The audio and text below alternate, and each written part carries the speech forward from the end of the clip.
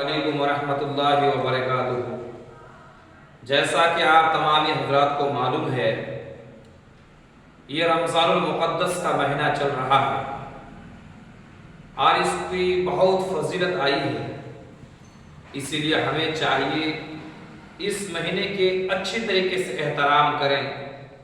خاص کر کے اس مہینے میں اگر ہمارے پڑوسی میں کوئی غریب ہے، کوئی مفلس ہے، جس کا کوئی کمانے والا نہیں، جس کا کوئی ذریعہ معاش نہیں، آپ اس کو خاص نظر رکھیں۔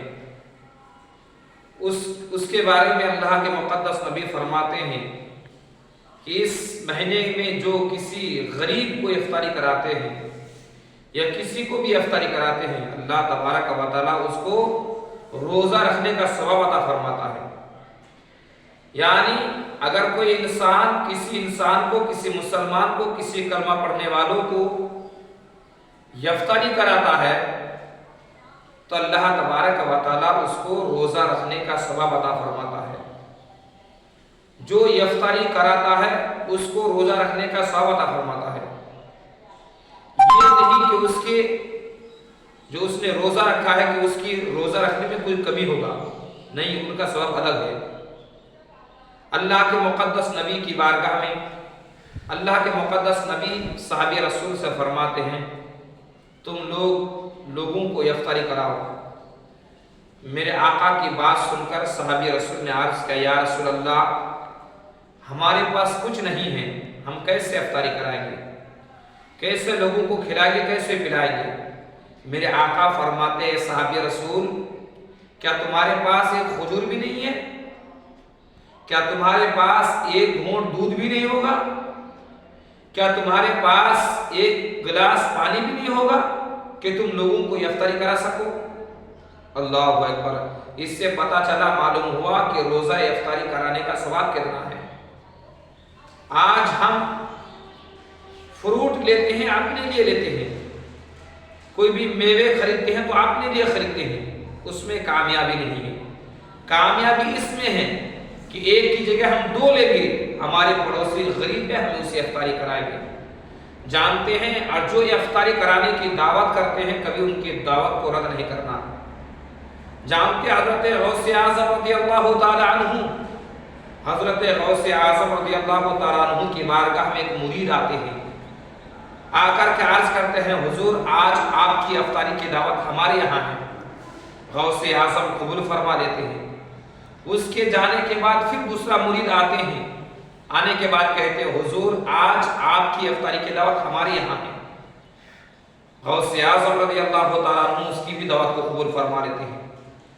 دوسرا شخص جانے کے بعد پھر تیسرا شخص آتے ہیں، آنے کے بعد عرض کرتے ہیں، حضور آپ کی دعوت افطاری کی آج ہمارے یہاں ہے۔ غوث اعظم قبول فرما لیتے ہیں۔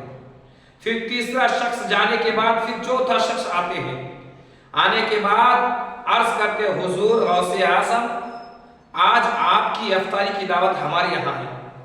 غوث اعظم رضی اللہ تعالی عنہ اسی طریقے سے 70 آدمی کی دعوت لیتے ہیں، وہ بھی کوئی تامداری کی دعوت نہیں، افطاری کی دعوت ہے۔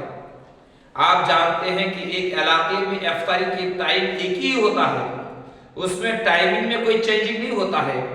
ایسا نہیں ہوتا ہے تو کہیں 5 بجے ہیں، کہیں 5:15 بجے ہیں، کہیں 6 بجے، ایسا نہیں ہوتا ہے، بلکہ ایک علاقے میں، ایک گاؤں میں افطاری کا وقت ایک ہی ٹائم ہوتا ہے۔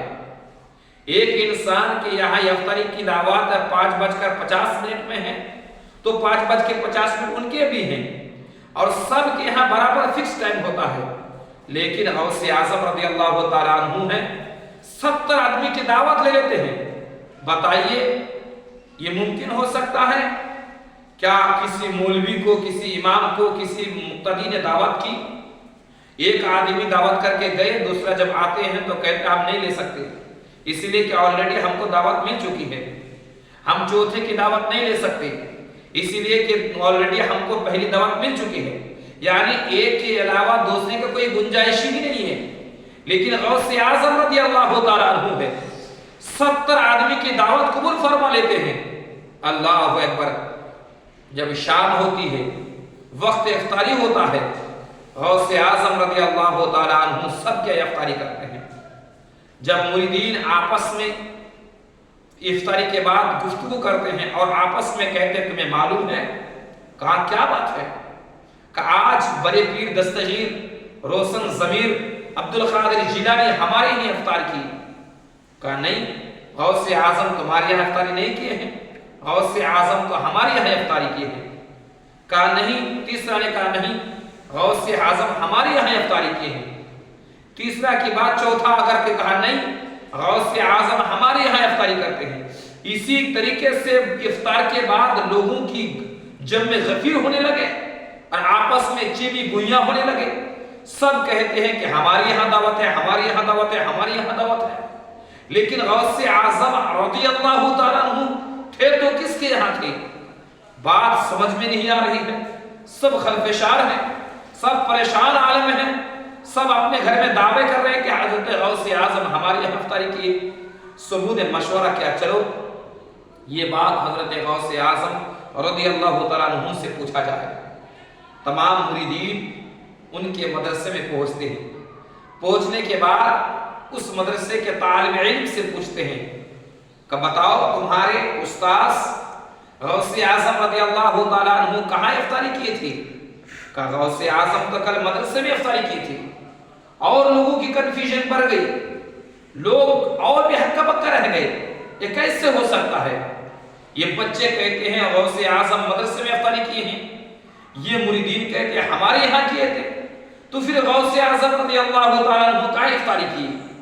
اب سب مرید مل کر کے غوث اعظم رضی اللہ تعالیٰ عنہ کی بارگاہ میں پہنچتے ہیں اور کہتے ہیں، لوگوں سے کہتے ہیں حضور ان کو کہہ دیجئے کہ آپ ہمارے یہاں افطاری کیے تھے۔ غوث اعظم نے کہا ٹھیک۔ پھر دوسرا مرید کہتے ہیں حضور انہیں بتا دیا جائے کہ کل آپ کسی کہنے ہماری یہاں افطاری کی تھی۔ غوث اعظم نے کہا ٹھیک۔ پھر تیسرا شخص نے کہا حضور انہیں کہہ دیا جائے کہ آپ ان کے نہیں ہمارے یہاں افطاری کیے تھے۔ غوث اعظم نے کہا یہ بھی بات صحیح ہے۔ پھر چوتھے آدمی نے کہا حضور ان تینوں سے کہہ دیا جائے کہ ان تینوں کیا نہیں آپ ہمارے یہاں افطاری کر رہے تھے۔ غوث اعظم نے کہا ٹھیک۔